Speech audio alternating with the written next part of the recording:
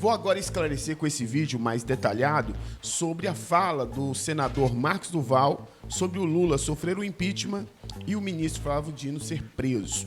Pastor Ricardo Cordeiro aqui, Rádio Voz da Verdade. Gente, o senador Marcos Duval, ele está dizendo, não é, que o Lula pode sofrer o impeachment. O senador Marcos Duval, para quem não sabe, é esse senador que está aí na sua tela que você está vendo. E então, ele está afirmando, não é, o senador está afirmando que o Lula pode sofrer o impeachment.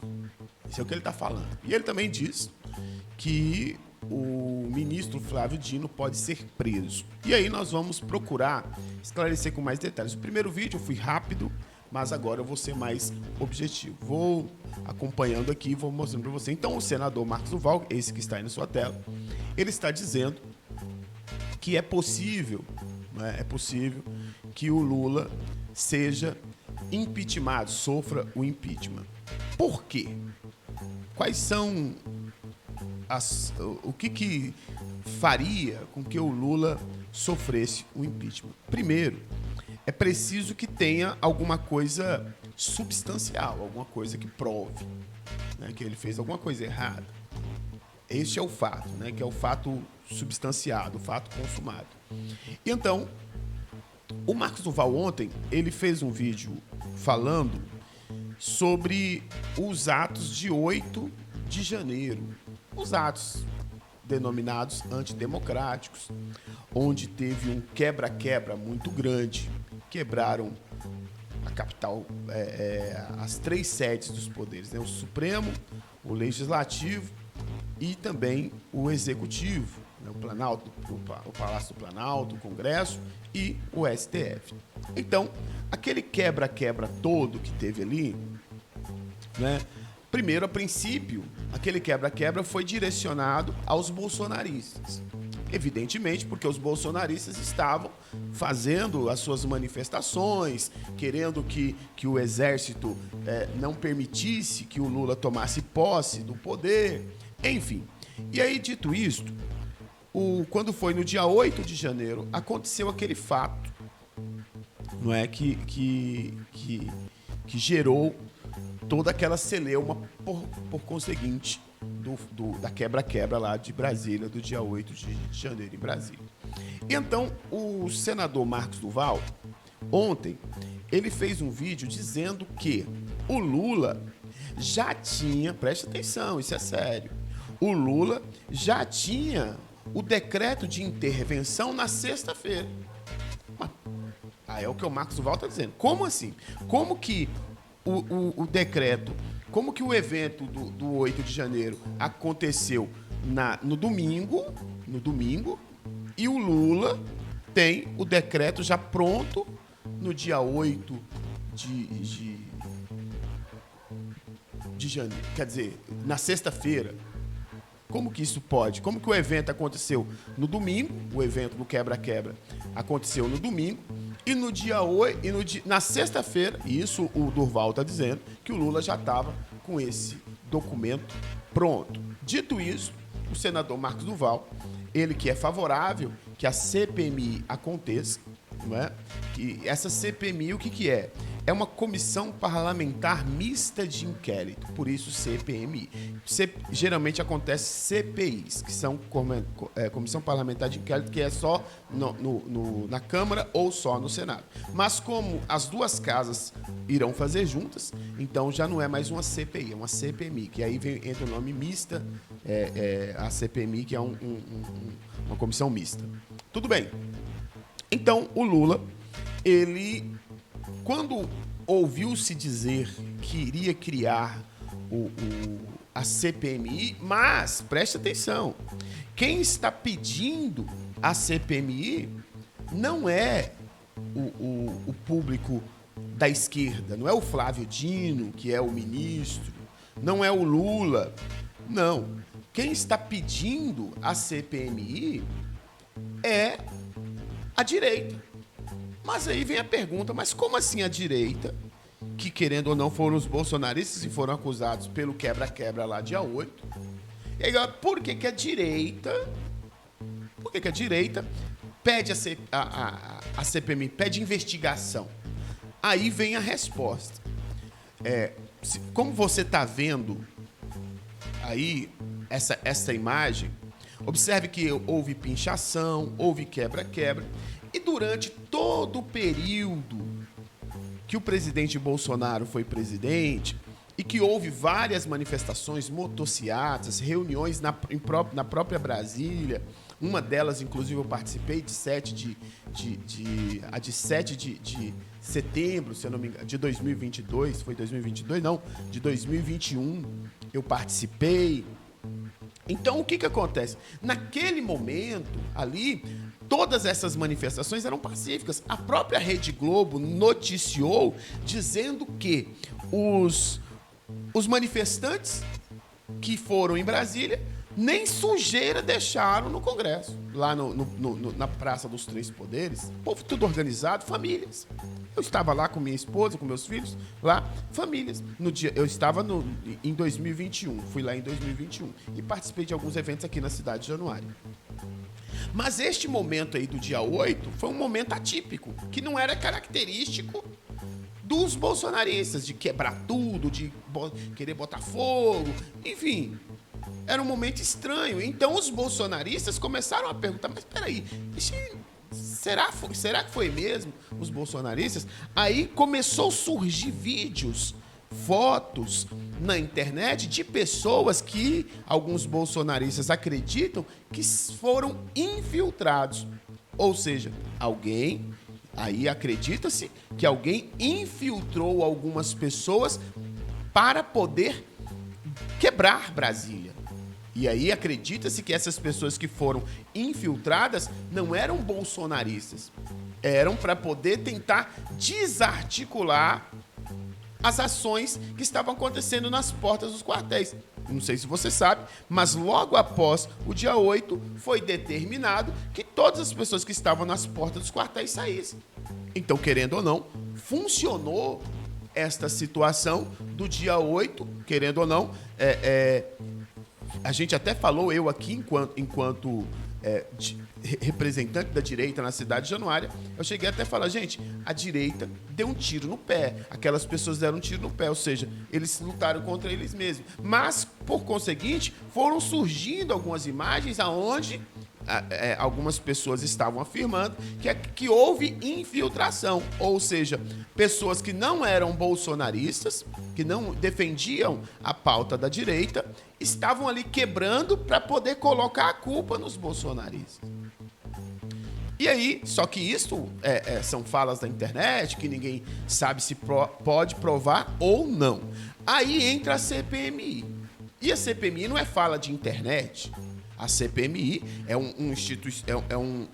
um instrumento sério, onde deputados, tanto da direita quanto da esquerda, sérios, vão estar investigando. Inclusive o Marcelo Álvaro Antônio é favorável, o deputado federal Marcelo Álvaro Antônio, o qual nós votamos nele aqui na cidade de Januária e conseguimos reelegê-lo para o seu cargo de deputado federal. Então, o que acontece? Qual é o problema que se vê aqui? É que os bolsonaristas, agora os deputados bolsonaristas e os senadores bolsonaristas, eles estão querendo falar assim, bom, já que houve, então nós queremos a punição, nós queremos que se prendam de fato as pessoas, mas aí eles estão pedindo a quebra, eles estão querendo as imagens do Congresso, as imagens do Supremo e as imagens do Planalto, mas o Lula, sem ninguém entender, eu não entendi por quê, o Lula, ele mandou colocar sigilo nas imagens. Pastor Ricardo mandou colocar sigilo nas imagens do dia 8 de janeiro. Ora, Lula, se o principal interessado é o senhor, porque agora é o atual presidente, por que colocar o sigilo? No programa do Serginho Groisman, outrora, o senhor disse que quem esconde é porque está devendo. Quem não deve, não teme. O senhor falava isso na época para o Fernando Henrique. E agora, o senhor, o Lula, mandou colocar sigilo nas imagens do dia 8, ou seja, para que ninguém possa ter acesso às imagens do dia 8. Por que esse sigilo? Aí é a primeira dúvida. É a primeira dúvida que os bolsonaristas começam a perguntar: por que o Lula não quer que as imagens do dia 8 de janeiro, que ele mesmo disse que foram atos antidemocráticos, ele colocou a culpa nos bolsonaristas. Agora, por que o Lula não está querendo que essas imagens sejam mostradas? É a primeira pergunta. É a primeira pergunta. Segunda coisa que o Lula está também articulando. O Lula está oferecendo cargos no segundo escalão. Inclusive, havia aqui ventilações aqui no norte de Minas que quem iria assumir a presidência, a Codevasp aqui em Minas seria o deputado federal Paulo Guedes. Mas, diante dessas situações aí que está sendo oferecida ao segundo escalão, segundo o jornal da Jovem Pan, cargos para os deputados que retirarem o nome da assinatura da CPI.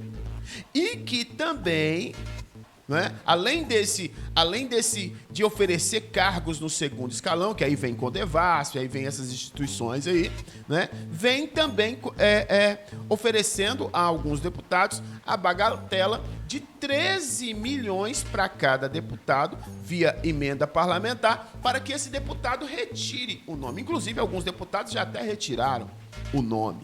Aqueles deputados mais interessados no dinheiro retiraram o nome. E aí vem a outra pergunta que não quer calar. Por que o Lula está fazendo isso? É a pergunta. Por quê? Se não, como diz o provérbio popular, quem não deve não teme, ele como não deve nada. Ele tá, então, para que ele vai gastar fichas com uma CPMI que eu acredito que ele tem interesse, afinal de contas, foi quebrado já no governo dele e ele, a princípio, acreditava que isso era coisa da direita raivosa, enfim. E aí o Marcos Duval, botando lenha na fogueira, né, o Marcos Duval, botando lenha na fogueira, tá começando a soltar uns vídeos. Você pode ir lá no TikTok dele, você pode ir lá no Instagram dele, no Facebook dele, que você vai ver que o Marcos Duval, ele mesmo falando que já tem coisas da CPMI que podem levar o Lula a sofrer o impeachment. E aí que entra a questão. E há algumas perguntas que nós, bolsonaristas, povo da direita, defensores da família, precisamos perguntar. Mas por quê? Por que o Lula primeiro pediu o sigilo do dia 8 de janeiro? Ele não quer que aquelas imagens do quebra-quebra, ele não quer que aquelas imagens apareçam. Que, querendo ou não, tem as câmeras de segurança e tem todas as imagens. Não quer que aquelas imagens apareçam. Por que não quer? Por que Lula não quer que as imagens apareçam? E segundo, por que gastar fichas com deputados, oferecendo aí 13 milhões para cada deputado via emenda parlamentar, para que eles retirem o nome da CPMI, e também oferecendo cargos do segundo escalão, Codevasp. Inclusive, aí voltando para Codevasp, ventilava-se que o Paulo Guedes assumiria a chefia da Codevasp aqui em Minas e que colocaria até o Silvanei Batista aqui de Porteirinha para poder assumir a Codevasp aqui em Montes Claros. Mas aí já foi dito, já também conversas que o Lira, do progressista, já falou assim: opa, de maneira nenhuma, eu quero a Codevasp e quero de porteira fechada. E o Lira é PP, progressista, né? Que agora está novamente como presidente do Congresso. Bom, pessoal, neste angu tem caroço. Neste angu tem caroço. E ontem o senador Pacheco falou que vai colocar em pauta a CPMI. E eu acredito que, diante das repercussões das redes sociais que nós temos feito aí para poder pressionar, a CPMI vai acontecer e vai sair muita coisa, como a gente costuma dizer aqui em Minas. Neste angu tem caroço. Eu espero que esse caroço seja dissolvido e que o Brasil vá para frente. Enquanto isso, o presidente Bolsonaro segue lá nos Estados Unidos e a direita aqui, sem a presença de Bolsonaro, está se fortalecendo, hein? Está cada vez uma oposição mais inteligente e mais forte. E aí, vamos então para entender essa situação e esperamos que a CPMI aconteça e que a gente descubra que de fato aconteceu. Gente, quero agradecer a todos vocês. Espero que vocês todos aí tenham entendido melhor um pouco a situação aí do vídeo, que o primeiro vídeo eu fiz um vídeo curto e agora eu fiz o segundo. Agora, pessoal, por favor, se inscreva nesse canal, ative o sininho e olha só, aqui na nossa descrição tem todas as nossas redes sociais. Vai lá, se inscreva, baixe os nossos aplicativos, ou no iOS ou no Play Store, enfim. Se inscreva no nosso canal e Deus abençoe vocês todos. Fiquem com Deus. Pastor Ricardo Cordeiro aqui, diretamente do estúdio da Rádio Voz da Verdade de Januária, Minas Gerais.